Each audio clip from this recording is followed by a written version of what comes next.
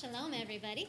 So I have a question, and please don't be at all deterred or influenced in your answers about it. It's a driving question, and Sarah's working on her learning permit, but answer honestly.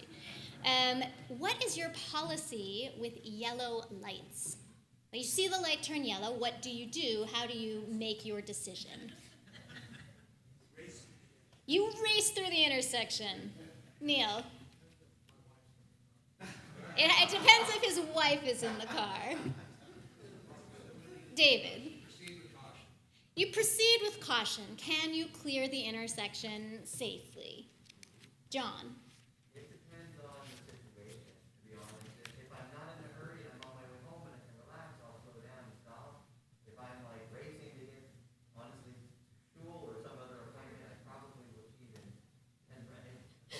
So John says it depends on if I'm in a hurry or not. Shari?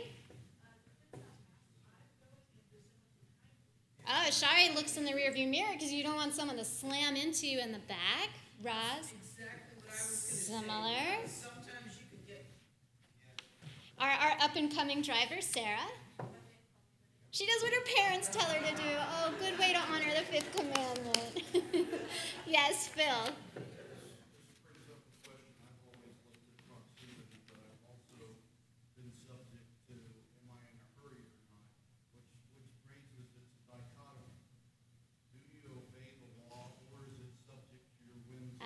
Phil says, this is more of a philosophical question. Do you obey the law, or is the law subject to your whims? John? I think it's like a sign of caution. You're going at full speed. Okay, it's a sign of caution. Be aware of what's going on. You have time to safely go through this intersection. So John says it's a sign of caution. Be aware of the situation around you. Okay, now I think I'll ask what I hope is a simpler question. If the light turns red before you get to the intersection, what do you do? Oh, that's very clear, right? In the yellow light area, we have some debate. But when it comes to a red light, we're all very clear that we're supposed to stop because it's dangerous not to do so. And in today's Torah portion, we examine a red light attitude towards what might be a yellow light concept to us. Chapter 19, verses 35 through 36. You shall not perform iniquity in judgment with measures of length, weight, and volume. Righteous scales, righteous weights, and a righteous dry measure, and a righteous liquid measure shall you have. I am the Lord your God who took you out of the land of Egypt. Rav Binyamin Zimmerman points out there's actually two mitzvot listed here. First of all, you should not use false measurements, and second of all, you should make sure you have correct ones. Devarim 25, you see this law repeated in the book of Deuteronomy, and it goes even further and says you shouldn't even have false scales and measurements in your possession. They are not collector's items, right? You don't want to be tempted to use them or to give the false appearance that you would use them. Keep your distance from them. And as I was saying earlier this morning, the Sifra, the halachic midrash, says 5 tragedies will ensue if you use them. It says contamination of the land, desecration of God's name, removal of the divine presence from the world, causing the people of Israel to fall by the side, and exile from the land. Stealing, by the way, we mentioned earlier, has a much less serious penalty. So if I potchkey a little bit with weights and measures, catastrophe ensues. But if I steal something really expensive, I pay a fine. What's going on here? Why is it so serious to own or use false weights and measures? Sefer HaChinuch says it's about being scrupulously honest, that the Jewish people are known throughout the world as being a light unto the nations, even in small matters of business that other people might say, this is just the cost of doing business, buyer beware, but not Jews. We are scrupulously honest.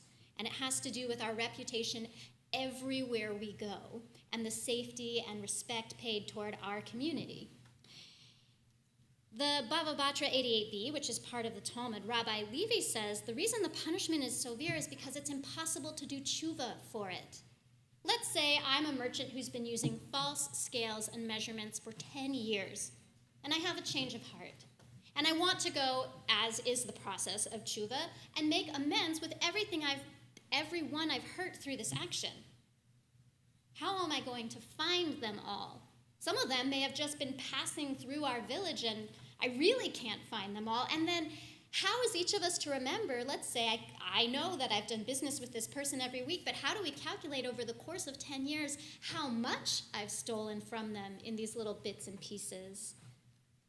And Rav Hirsch says this punishment is so severe because this is a sin that affects all of society. Listen, if I steal Arnie's sheep, it's not good, but it's between me and Arnie. It really doesn't affect everyone else. But if our marketplace is known to be where cheating happens and thievery happens, oh, well, he uses false scales and measures, so I can use false scales and measures. Or no one should do business there because, let me tell you, that town, they are all thieves. All right, so perhaps we all have a role to play in ensuring a just society. And maybe little infractions do make a large impact. What's also interesting is there is very specific language used. There's a double entendre here. We're told when it says don't use false weights and measures, what it actually says is do not have iniquity in your judgment. Earlier in Parshat Kedoshim, it was talking about judges and magistrates, and they were given the exact same commandment in their courtrooms. Do not have iniquity in your judgment. It's parallel language for a reason. We think of justice as being enacted by educated, powerful judges, but actually, justice is enacted when we as a society as a whole care about the little things. Most of us would not steal something, I hope, of great monetary value, but we might munch on the grapes in the grocery store before we weigh them. We might be delighted to discover someone has put a pirated version of a movie for free on YouTube and we decide not to use a streaming service to see it, right? Many of us have probably done something like that in our lifetime. But it does matter. So I'll close with your Torah poem. There's lots of tricks to cheat a man, lots of schemes and lots of scams. Pour liquid fast and make it foam. You'll bring some extra coins back home. Store weights in salt and they'll corrode, making light the scale you load. It's true you steal just bits and bobs, but still it makes you one who robs.